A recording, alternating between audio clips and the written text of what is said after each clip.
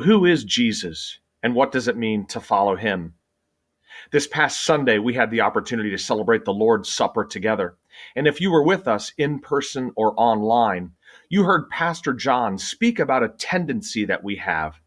It's a tendency that is very common among Christians around the world, but it is a very dangerous tendency. And this dangerous tendency is the tendency to create Jesus into our own image. That is, when we think about who Jesus is, and when we think about what it means to be a follower of Jesus Christ, we often answer those questions according to our own preferences, our own personalities, our own desires. And that's a dangerous tendency because it's creating Jesus in our image rather than knowing Jesus for whom he is and following him as he has called us to follow him. So back when we began this new devotional series on the Gospel of Mark, I said that the Gospel of Mark and all of the four Gospels are really intended to answer two questions. The first question is, who is Jesus? The second question is, what does it mean to follow him? And today, in a very brief passage at the end of Mark chapter 4, we see powerful contributions to both of these questions. But before we get to the end of Mark chapter 4, let me briefly remind you of where we've been. Let me walk through some highlights of the Gospel of Mark. And I'll begin in Mark chapter 1, verse 21. This is where Jesus goes to Capernaum and he enters the synagogue on the Sabbath and he teaches and he encounters someone with an impure spirit.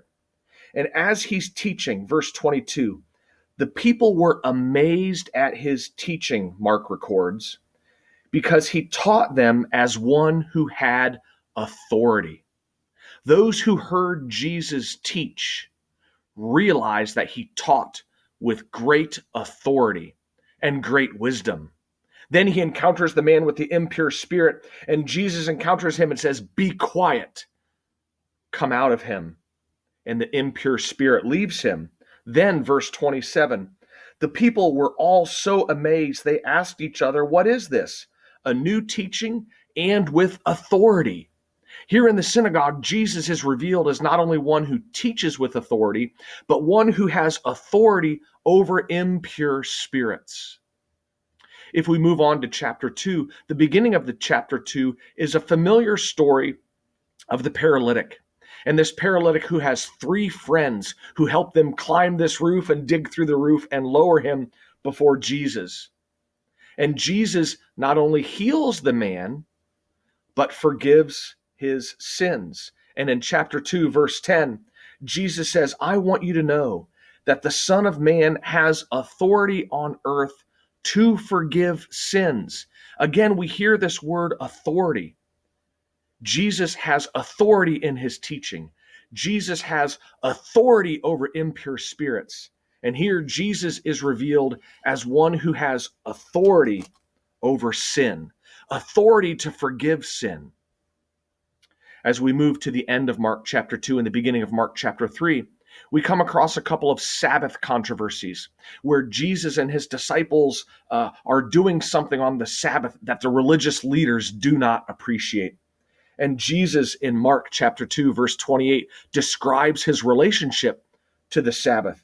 He says, "So the Son of Man is Lord even of the Sabbath." Again, Jesus is shown as an authority. He has authority over the Sabbath. Well, now we find ourselves in the passage we want to look at today. Mark chapter 4, beginning in verse 35. Let me read the passage to you.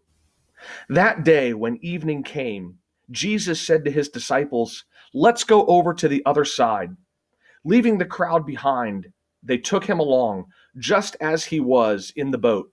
There were also several other boats with him.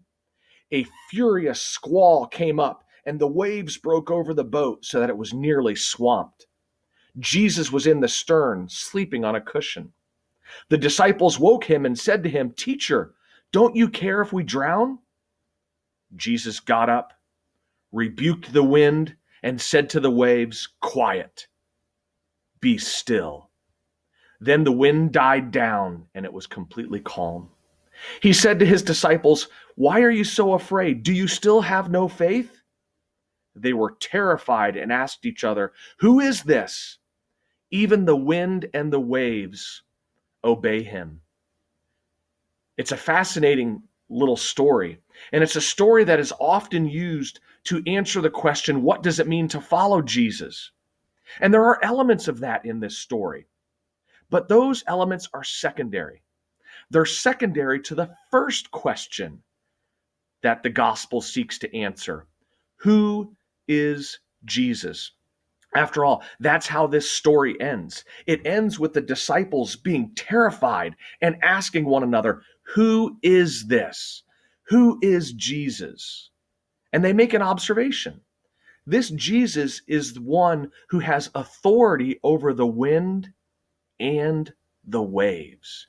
Here we see Jesus' authority again, but this time it's authority over nature. It's authority over God's creation. Do you see the portrait that is being painted of Jesus throughout the Gospel of Mark? He teaches with authority. He has authority over evil spirits. He has the authority to forgive sins. He is Lord of the Sabbath. And he has authority over creation so that creation listens to him. And I love how this authority manifests itself, because when Jesus was in the synagogue in Mark chapter 1 with the impure spirit, he said, "Be quiet, come out of him." And the spirit obeyed. In this scene in Mark chapter 4, Jesus looks at the wind and the waves and he says, "Be quiet." And the wind and the waves obey and calm down. Who is Jesus? Jesus is one who has authority. He has authority over every aspect of God's creation. That's the Jesus who is. That's the Jesus we worship. And that's the Jesus we're called to follow. Now, this story in Mark chapter 4 does begin to answer the question, what does it mean to follow him? It doesn't answer it fully because it leaves the disciples in a state of limbo. Yes, the disciples have responded to the call to follow Jesus. They've been doing that, but they still don't fully understand him. They see what Jesus does. He's sleeping in this furious squall, which must have been really furious because these were experienced fishermen. And for them to be overwhelmed and terrified at this storm, it must have been quite a storm. But they're sleeping. And they accuse Jesus of being indifferent to their plight. "Jesus, why are you sleeping? Do you care what happens to us?" And then after Jesus calms the wind and the waves, they're terrified. And they say, "Who is this that we're following? He has such tremendous authority." Jesus is calling them from fear to faith, from being terrified to trusting, to truly understanding who he is and placing their trust, even in the midst of the most furious of squalls, placing their trust in him. Who is Jesus? Jesus is one who has authority over every aspect of God's creation and every aspect of our lives. What does it mean to follow Jesus Christ? It means to trust him. To trust him at all times, to understand his authority, and to place our lives in his authoritative hands. I pray that you have a wonderful weekend. I pray that you'll take the opportunity to join us either in person or online as we celebrate the second Sunday of Advent.